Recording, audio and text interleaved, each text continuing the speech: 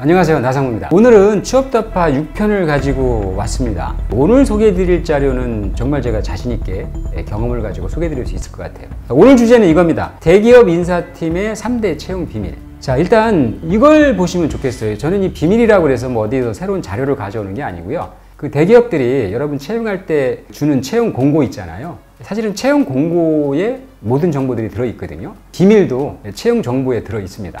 근데 여러분이 해석을 못 하시는 것 뿐인 거죠. 자, 그래서 오늘은 채용 공고 내용을 가지고 인사팀의 3대 채용 비밀을 한번 설명해 보도록 할게요. 이것이 그 2020년 상반기에 모 회사의 채용 공고입니다. 지원 자격과 모집 분야라는 게 나오죠. 거기에 보면 사실은 맨 앞장에 이게 나올 텐데 두 가지를 잘 보시면 돼요. 하나는 이거죠. 영어회화 최소 등급이라고 나오잖아요. 그래서 예를 들면 직무별로 사실은 최소 등급이 다르게 나옵니다. 어떤 데는 뭐 레벨 5를 원하기도 하고 어떤 직무는 또 레벨 6, 그리고 영업 마케팅 같은 경우는 사실 레벨 7을 원하기도 합니다. 자, 근데 표현을 여기서 회사가 뭐라고 썼냐면 영어회화 최소 등급이라고 썼어요. 최소 등급이라는 게 어떤 의미예요? 가장 낮은 수준을 얘기하는 거잖아요, 그죠? 자, 만약에 이렇게 썼다 그러면 의미가 달라요. 영어회화 기준 등급. 그러니까 그렇게 썼다 그러면 의미가 좀 다른데, 최소 등급이라고 썼다라는 의미는 어쨌든 최소 등급 이상이 되면 뭔가 메릿이 있다, 메릿을 주겠다, 이런 걸로 생각하시면, 해석하시면 될 것 같아요. 그 다음에 그 오른쪽으로 보시면 모집 전공란에 이 얘기가 두 번 들어가 있습니다. 직무 소개를 참조하세요. 직무 소개를 참조하라는 얘기가 있거든요. 정말로 직무 소개 자료가 정말 중요합니다. 제가 그 취업타파 3편에서 아마 JD, 잡 디스크립션에 대한 얘기를 드렸던 것 같은데, 여기 직무 소개가 바로 JD를 얘기하는 거거든요. 제가 오늘 말씀드리려고 그러는 비밀도 JD를 가지고 소개를 드리려고 합니다. 자, 비밀의 첫 번째는 이겁니다. 자, 이거 보시면 이 S사에 사업부하고 직무하고 모집 전공, 그 다음에 근무지라는 네 가지 항목이 나오거든요. 일단 사업부가 별도로 나왔다라는 건 사업부별로 사실은 경쟁률이 다르다, 그 얘기는 커트라인이 다르다고 봐야 되겠죠. 그 다음에 같은 사업부에 들어가서도 직무가 사실은 6개 직무가 나오잖아요. 그러면 6개 직무별로 사실은 경쟁률이 달라요. 그 얘기는 커트라인도 다르다라고 생각을 하셔야 되는 거고요. 그 다음에 직무에 들어가면 또 모집 전공이라고 나오거든요. 그래서 전공이 작게는 2개, 많게는 8개까지 나오고 이렇습니다. 그러면 결국 이런 거죠. 같은 직무라도 그 안에 들어가면 전공별로 합격률이 다를 수 있다라는 거거든요. 또 하나 중요한 게 이겁니다. 모집 전공을 잘 보실 필요가 있어요. 여기 보면 모집 전공이 사실은 직무별로 순서대로 돼 있잖아요, 그죠?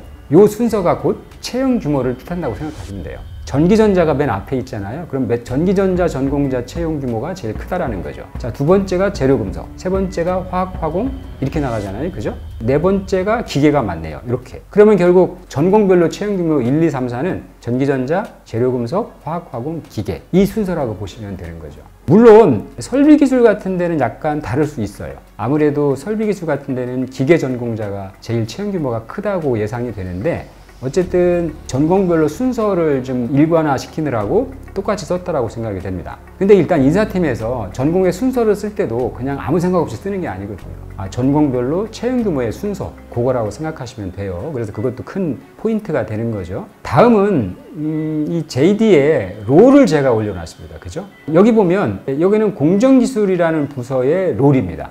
이렇게 세 가지가 있거든요. 크게 세 가지 롤이 있고, 또 세 가지 롤마다 세부적인 롤이 2개에서 4개씩 이렇게 있어요. 그러면 이거는 어떤 의미냐면, 공정기술이라는 조직에 가면 부서가 이렇게 3개로 나눠져서 업무를 하고 있다라고 생각하셔도 무방합니다. 그리고 그 세 부서가 각각 하는 역할은 4개, 5개, 2개 이렇게 있다라고 보시면 됩니다. 그래서 일단 롤을 보시고, 큰 롤이 사실 여러 개 있다라고 그러면 조직 구성이 그렇게 여러 개 부서가 구성이 돼 있다라고 생각하셔도 됩니다. 그래서 부서가 많으면 채용 규모도 같이 따라서 많아질 수가 있다라고 생각하셔도 되겠죠. 그 다음에 비밀 세 번째는 이겁니다.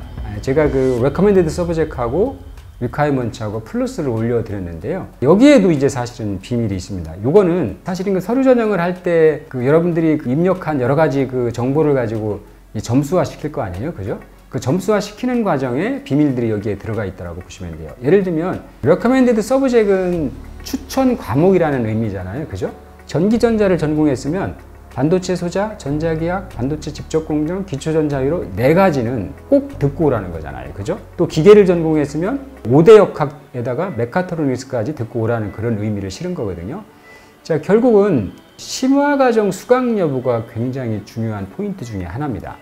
결국 이 레커멘디드 서브젝이 저는 심화과정이라고 생각이 되거든요. 이 심화과정을 내가 수강을 했느냐 안 했느냐, 이거를 이제 중요한 평가의 포인트로 삼겠다라는 거죠. 그래서 이제 그게 하나의 점수가 되는 거고요. 자, 그 다음에 보면 그 리퀘어먼츠가 있잖아요. 여기는 역량을 다 표시를 해놨습니다. 여기 보면 3가지 역량이 있잖아요. 그러면 이 3가지 역량 중에 1개, 2개, 아니면 3개를 갖추고 오라는 요구 역량이니까, 그죠? 그걸 가지고 있다라고 그러면 그것도 이제 도움이 될 텐데, 더 중요한 건 이제 플러스입니다. 그죠? 플러스에 보시면 사실은 경험하고 이제 툴을 얘기를 해놨거든요. 그래서 이런 것들이 있으면 가점을 주겠다라는 의미로 보시면 되겠죠. 3번째 비밀은 제가 지금 올려드린 대로 recommended subject하고 requirement하고 플러스에 있습니다. 이 3가지는 제가 그 취업타파 3편에서도 한번 소개를 드렸던 적이 있는데, 자, 오늘은 그 중에 이 recommended subject을 가지고 설명을 드려볼게요.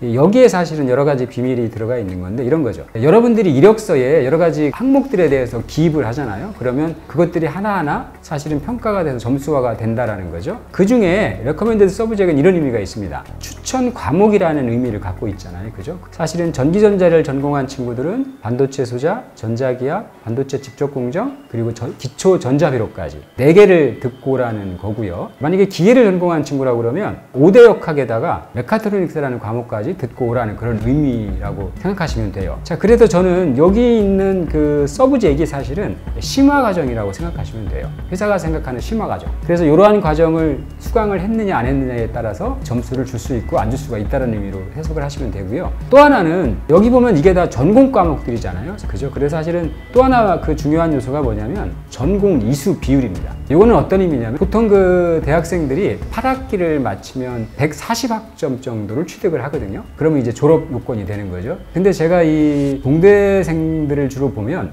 140학점 중에 보통 80학점까지 듣는 친구들이 있더라고요. 그러니까 전공을 좀 많이 듣는 친구들은 80학점 정도까지 듣는 거죠. 그러면 거의 한 60% 가까이 될 겁니다. 그러니까 내가 들은 총학점 140학점 중에 전공 과목을 들은 학점이 총 얼마냐라는 거죠. 그래서 총학점 대비 전공 학점의 비율이 높으면 높을수록 좋은 평가를 줍니다. 그래서 전공 이수 비율이 중요하고요. 또 하나는 이런 거죠. 여기 그 서브젝을 포함한 그 전공 과목들의 학점이 중요합니다. 첫 번째는 심화과정의 수강 여부, 두 번째는 전공의 이수 비율 중요하고요. 세 번째가 전공 학점인 거죠. 그래서 사실은 그 회사마다 약간 다르기는 하지만 서류 전형을 할 때 보통 그 회사들이 학점을 2가지로 나눕니다. 하나는 전공 학점, 두 번째는 교양 학점. 전공 학점이 좋으면 가점을 주는 회사들이 많이 있습니다. 그래서 그것들도 여기 그 recommended subject을 보시면 되는데, 제가 이 말씀을 드리냐면 이런 거죠. 만약에 내가 3.5 미만으로 학점에 고민이 있다라 그러면 여기 나오는 recommended subject만 한번 체크를 해보세요. 그러니까 예를 들면 내가 그 전기전자 했다라 그러면 여기 나오는 4개 과목만 한번 합해보라는 거죠. 그러면 4개 과목의 평균 학점이 그래도 전공 학점이나 교양 학점보다 좀 더 좋다라 그러면 그거를 어필할 수도 있는 거예요. 그래서 그거를 만약에 정말 전체 학점은 3.5가 안 되는데 이 4가지 과목만 합치면 3.7 정도가 된다라 그러면 뭐 그런 내용은 자소서에서도 잠깐 써줄 수가 있고요. 나중에 면접에 가서도 학점에 대한 얘기를 할 때 이 4가지 과목은 내가 특별히 학점이 좋다, 열심히 공부했기 때문에 뭐 그런 식으로 어필을 해도 충분히 설득이 가능한 거죠. 그래서 보시면 제가 3가지 비밀을 말씀을 드렸어요. 그죠? 첫 번째 비밀은 어쨌든 사업부와 직무, 그죠? 또 직무 안에 들어가면 전공별로 커트라인이 다르다라는 거예요. 그 다음에 또 전공별로 채용 규모가 다른데 그거는 어떤 순서로 돼 있다라고 말씀을 드렸고, 두 번째 비밀은 롤에 대한 겁니다. 그죠? 결국은 롤에 있는 거대로 조직 구성이 돼 있을 거고 그 롤에 맞춰서 조직이 운영이 되고 있다라고 생각하시면 되고요. 세 번째 비밀은 전공에 대한 겁니다. 그죠? 심화과정 이수 여부, 그 다음에 전공 이수 비율, 전공 학점, 이런 것들을 가지고 포인트를 잡으셔서 잘 준비하시면 여러분들이 생각하시는 합격에 다가설 수 있다고 생각을 됩니다. 그래서 오늘 내용도 도움이 되신다 그러면 구독과 좋아요 부탁드리겠습니다. 오늘은 여기서 마치겠습니다. 감사합니다.